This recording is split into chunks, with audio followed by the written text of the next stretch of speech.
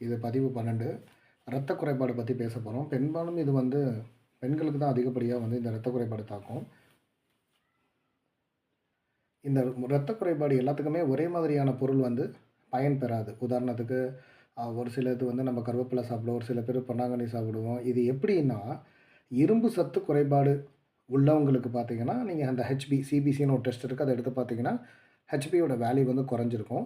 அந்த இரும்பு சத்து குறைபாடு உள்ளவங்களுக்கு அதுக்கு சம்மந்தப்பட்ட கருவேப்பிலை இருக்குது. முருங்கை சம்பளம், பேரிச்சம்பழம். முருங்கை சம்பளங்கிறது முருங்கைக்கீரை, முருங்கைக்காய் அதில இருக்கிற எல்லாத்தையும் பயன்படுத்துறது தான் முருங்கை சம்பளம். அத பயன்படுத்தியால அது தீரும்.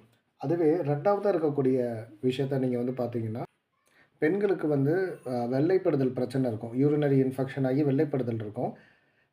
இது வந்து வெட்டை நோய்ன்னு சித்தால சொல்லுவாங்க.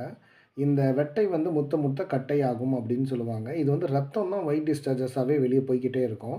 ஸோ, அதுக்கு வந்து உடல குளிர்ச்சி பண்ணக்கூடிய பொன்னாங்கண்ணி கீரை, செவ்வாழைப்பழம், நெய், வெண்பூசணி இந்த மாரியான அந்த பட்டியல்ல குடுக்கப்பட்டிருக்கிறத பயன்படுத்துங்க.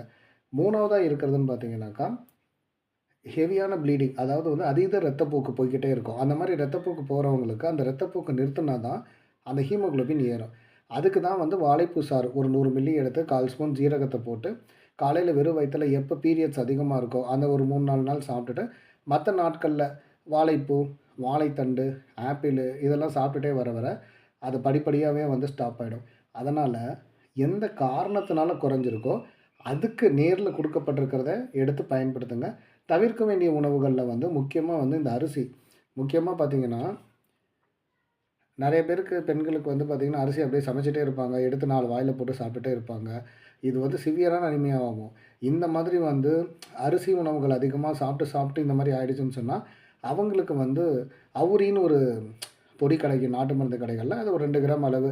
ஒரு ஒரு ஒரு 15, 20 நாள் சாப்பிட்டாவே அந்த நஞ்ச வந்து அது முறிச்சு விட்டுரும். இந்த மாரி எந்த காரணத்தினால குறைஞ்சிருக்குன்னு பார்த்து, அந்த காரணத்த வந்து எடுத்துக்கோங்க. அந்த காரணத்த கண்டுபிடிக்கிறது எப்படின்னு நான் உங்களுக்கு சொல்றேன் இப்போ. பெரும்பாடு இத எப்படி கண்டுபிடிப்பீங்கன்னா, அதிகமா ரத்தப்போக்கு போகும். அத வச்சு கண்டுபிடிச்சுருவீங்க. வெள்ளைப்படுதல் பெண்களுக்கு கேட்டாவே அந்த ஒயிட் டிஸ்சார்ஜஸ் இருக்கும். இந்த இரும்பு சத்து குறைபாடு இருக்கிறது அப்படிங்கிறவங்களுக்கு வந்து அந்த சிபிசி ரிப்போர்ட்ல வந்து ஹெச்பி கம்மியாவும் இருக்கும். அவங்க ஆள் பார்த்தீங்கன்னா, ரொம்ப இளைச்சு போயிருப்பாங்க. இம்யூனிட்டி ரொம்ப டவுனா இருக்கும். அடிக்கடி ஃபீவர் வந்துகிட்டே இருக்கும். ஆளே பார்த்தீங்கன்னா, ரொம்ப வந்து இளைச்சு போயி ஒரு உடம்பு சதப்பத்தப்பு பிடிக்காம இருக்கும். அவங்களுக்கு இது.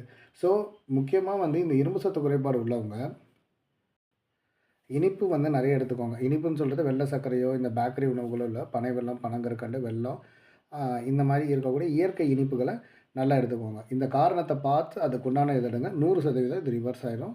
அதுக்கப்புறம் உங்க மருத்துவர்ட்ட காமிச்சு அவங்க யூஸ் பண்றத பண்ணீங்கன்னா, இந்த தவிர்க்க வேண்டியத தவிர்த்தாவே 50% சரியா போயிரும். சேர்க்க வேண்டியத சேர்த்தீங்கன்னா, பாக்கி 50% சரியாயிரும். நன்றி.